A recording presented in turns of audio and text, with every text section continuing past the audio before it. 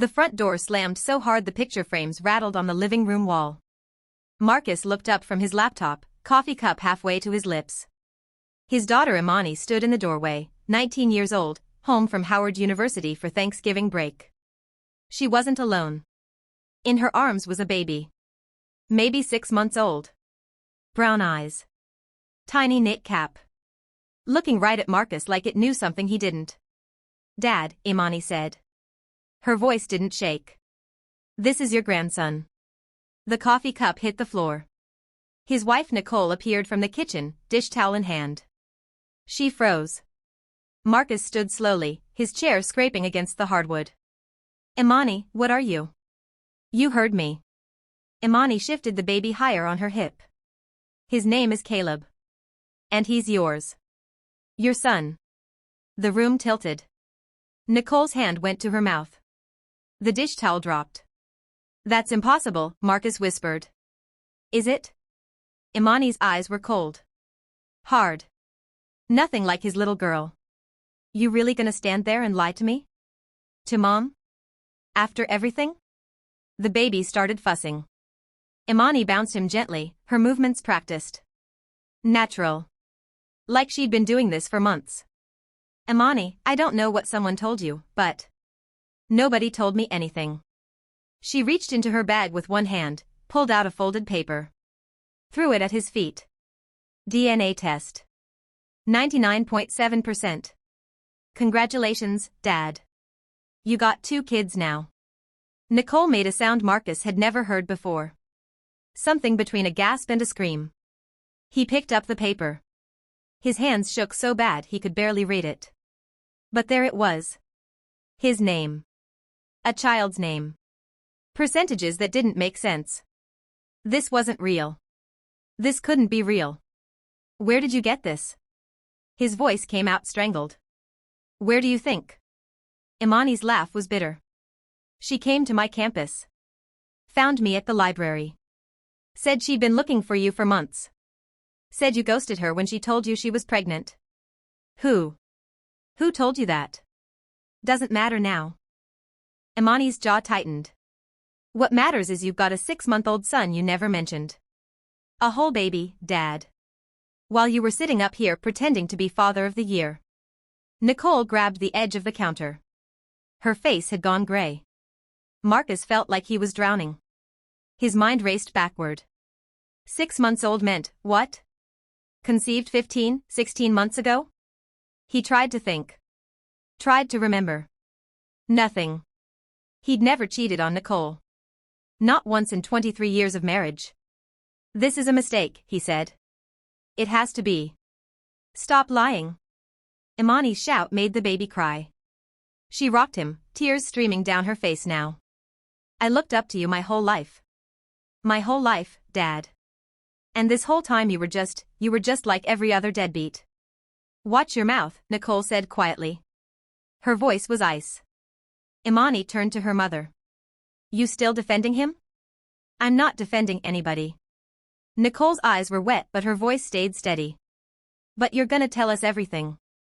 Right now. Who gave you that baby? What's her name? Where is she?" Imani hesitated. The baby grabbed her nose. She gently moved his hand away. "Her name is Simone," she finally said. "Simone Jackson. She's 24. Lives in Southeast D.C. Works at a daycare." Imani looked at Marcus. "She said you met at a conference. Said it was one weekend. Said you promised to call. Southeast D.C. Marcus had gone to an education conference there. March of last year. 2 days. Panels on literacy programs. Hotel near the Capitol. But he'd never. Wait. The hotel bar. Last night of the conference. A woman. They'd talked about teaching methods. She'd bought him a drink. He'd talked about Imani, about Nicole, about his job at Riverbend High School back in Baltimore. Then he'd gone to his room. Alone. Hadn't he? Marcus pressed his palms against his eyes. "I need to see her," he said. "I need to talk to this woman. Face to face." "She's outside," Imani said. Nicole's head snapped toward the window. She's what? Marcus moved toward the door. She drove me here. She's been waiting in the car. Marcus pulled the door open. In the driveway, behind Imani's Honda, sat a silver Camry. And in the driver's seat, staring back at him through the windshield, was a face he didn't recognize at all. 3 weeks earlier, Marcus had been grading essays at the kitchen table when his phone buzzed. Unknown number. DC area code. He almost didn't answer. The woman got out of the car slowly. She was small. Maybe 5'3". Dark skin. Hair in a neat bun. She wore jeans and a Howard University sweatshirt. Her eyes found Marcus through the open door, and she stopped walking. For a long moment, nobody moved. Then Nicole pushed past Marcus, down the porch steps, across the lawn. She stopped 3 feet from Simone. You got a lot of nerve, Nicole said. I know. Simone's voice was soft. Tired. I'm sorry.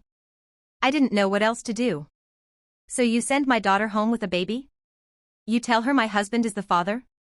You don't call? You don't reach out to us first? I tried. Simone looked at Marcus now. I called. I sent messages. I drove to Baltimore twice looking for you. Marcus came down the steps. His legs felt like wood. I never got any messages. You blocked me.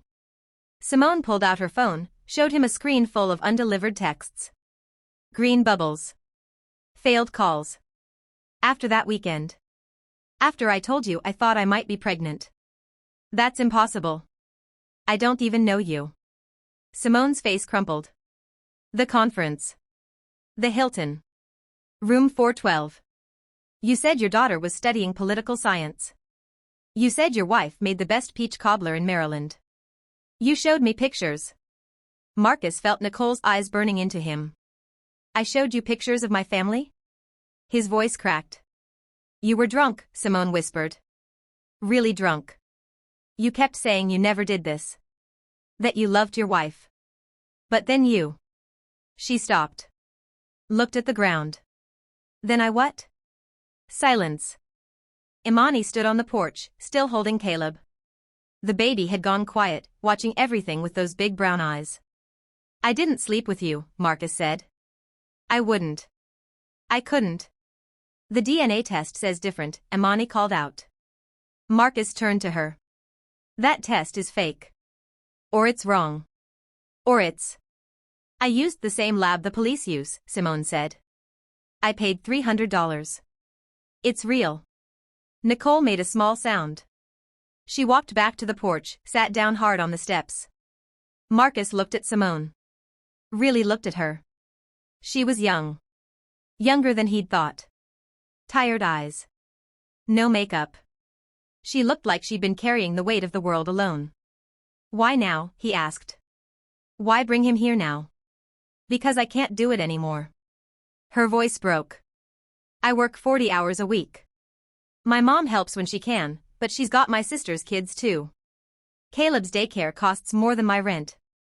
I'm drowning. And his father should help. I'm not his father. Then take another test. Simone's eyes flashed. Right now. Let's go to a clinic. You, me, and Caleb. We'll get the truth. Marcus opened his mouth. Closed it. Nicole stood up. Do it. He turned to her. Nicole. Do it. Take the test. Prove her wrong. Then we'll deal with whatever this is. Nicole's voice was shaking now. Because right now, that baby has your eyes, Marcus. And I need to know why. Marcus looked at Caleb. The baby was staring at him. Those eyes. Deep brown. Curious. Something twisted in Marcus's chest. Okay, he heard himself say. Okay. We'll take a test. The clinic was 15 minutes away. They drove in silence, Marcus and Nicole in their car, Simone and Imani following behind. The nurse took swabs from Marcus's mouth. From Caleb's. Sealed them in tubes. Said results would take 3 days. 3 days that felt like 3 years. Marcus called in sick to work. Couldn't sleep. Couldn't eat. Kept replaying that conference. The hotel bar. The drinks. How much had he drunk that night? He remembered talking to someone. A woman. But the face wouldn't come clear. Had he really? No. He couldn't have. On the third day, the email came. Marcus sat at the kitchen table. Nicole beside him. Imani standing in the doorway. He opened it. Read the words. Read them again. Probability of paternity, 0%. Marcus exhaled. The sound came from somewhere deep. Nicole grabbed his hand. Imani rushed over. Let me see. She read it. Her face went pale. I don't understand, she whispered. Marcus looked at her. Someone lied to you, baby. I don't know why. But I'm not that baby's father. Imani sank into a chair. 20 minutes later, Simone arrived. Marcus showed her the results.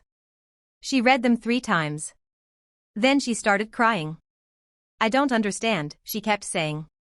The first test said, they told me you were. Who told you?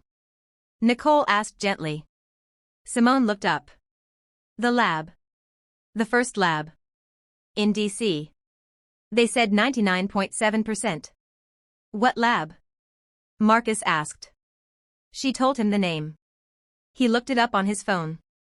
No such place existed. Imani covered her mouth.